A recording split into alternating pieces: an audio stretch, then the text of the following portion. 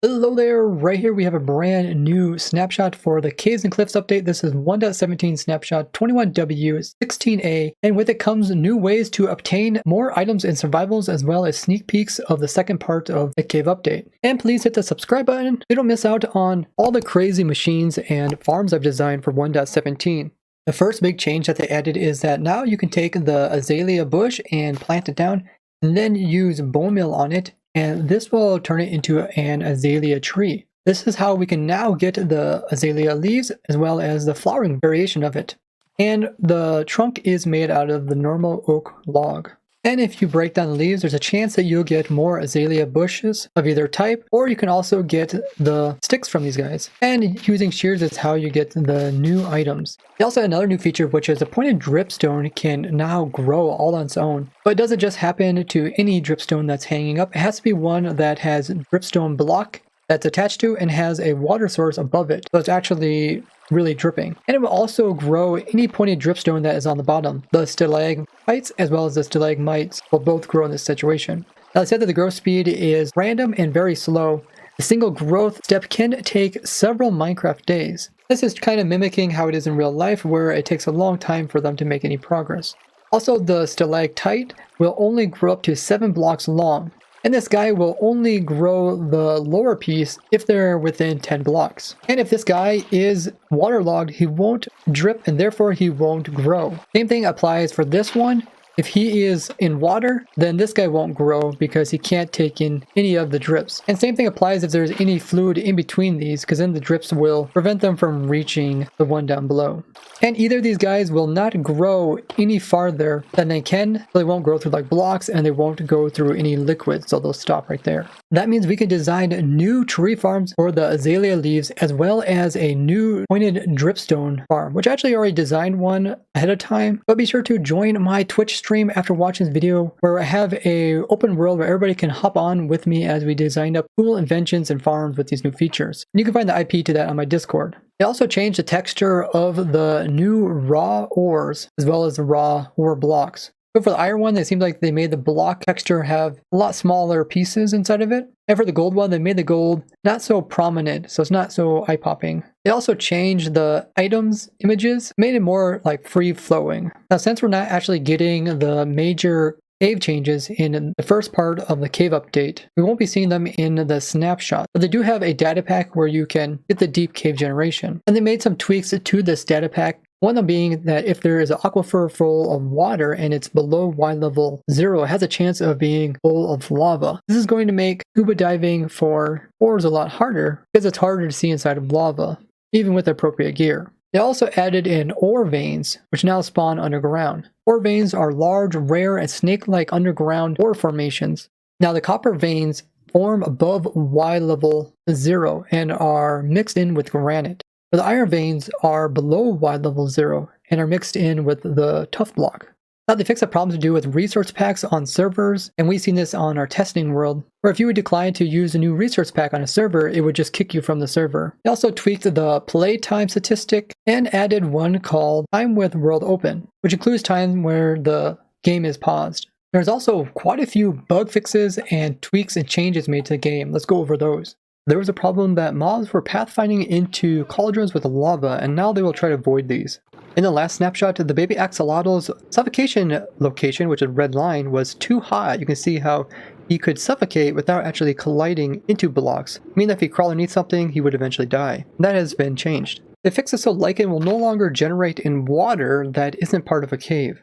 And they fixed it so that lichen doesn't use the same color as vines when looked at by maps. There's also a problem that saplings could be placed onto moss, but bone milling them would not allow them to grow, and would just consume all your bone meal.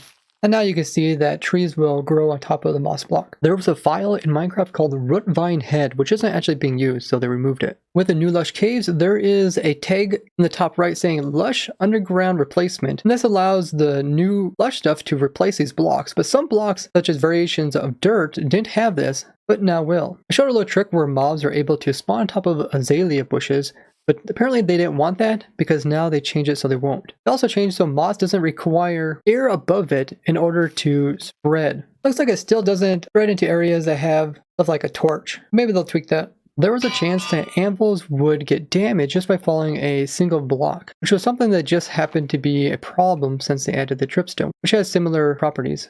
They fixed this bug where azalea trees would be placed inside of water even if they were submerged. Recently there's been some problems with fishing line, and they fixed another bug with it, which was the line would get disconnected from the reel. They fixed this bug that I showed a few times, which is the big drip leaf, when it's bone milled in water, will keep the properties of where it was. So if I bone mill this bottom piece, it's going to make the next piece water.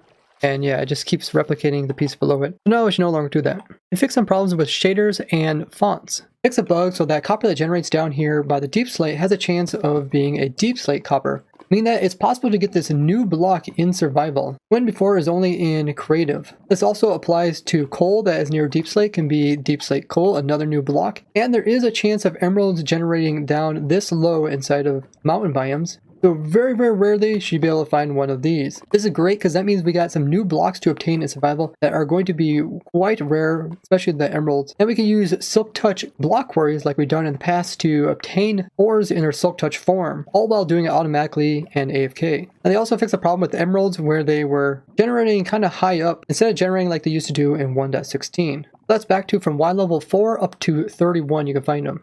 Another bug that was fixed was the one where mobs that had the glowing effect, when the time would go up, the effect wouldn't go away, and now it should. The TP command wasn't working like before, and they reverted it, so it does. There was a problem that the axolotl and the glow squid were spawning inside of monuments. Grass blocks also didn't have the hashtag dirt tag, which you can use to look up different groups of similar blocks. Slime blocks and honey blocks, when placed a whole bunch of them, weren't rendering very well and would crash the game, and that has been fixed by them. There was a bug if you had loyalty on a trident, and if you throw it, it doesn't actually go back into the player's inventory, but is just lost forever. And that is fixed now. So now when you throw a loyalty enchanted trident, you'll see it does come back, and it will stay with you until you have room in your inventory. It's kind of like a pet in the meantime. In my video where I cover how to obtain all the new items in 1.17, showed it wasn't possible to get the azalea leaves. They fixed that problem. Now you're able to bone mill the azalea bush for the azalea trees and the leaves, similar to how it is in Bedrock. This stat, play 1 minute, despite its name, was actually adding values every tick. There's also a problem that the statistics screen wasn't updating properly. The stat that records firework rockets wasn't recording rockets that were used when flying with Elytra. When it comes to getting different advancements and recipes, they weren't actually given to the player if you have any GUI open. The stat used Minecraft Elytra wasn't functioning, and now it should. The stats for using a debug stick were going up even in situations where it wasn't actually in use. Any food that could be planted was counting as the player using it, instead of counting only when the player would eat it. Lighting TNT wasn't counted in statistics, now it is. The frozen state that you get wasn't going away on servers after death.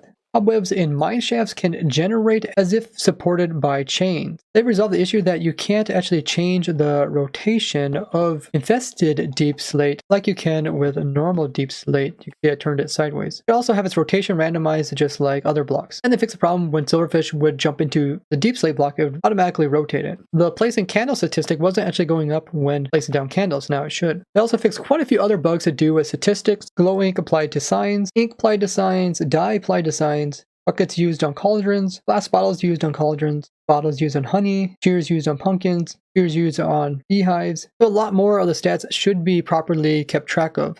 Now that we can obtain the 2 different types of azalea leaves, and we can also farm up the pointed dripstone, it does seem like getting very close to the final release of Cave Update Part 1. But one item we still can't get in survival is the Spore Blossom. Typically you find this naturally inside of lush caves. So we'll see if they'll give us a way to obtain these, otherwise we'll have to wait for the second part of Cave Update, which may be called 1.18. I'm really excited to see the first part released, because quite a few of the farms I've designed will be possible in that version, even though we don't have skulk sensors yet. Don't forget to leave a like on the video as well as share with others so they can learn about the cool things coming with 1.17. Make sure to hop over to my Twitch channel, linked down below. You guys can join me as we discover all the cool things possible with the newest changes. I would like to thank you guys for watching, and I'll see you guys over at my Twitch channel. Bye-bye!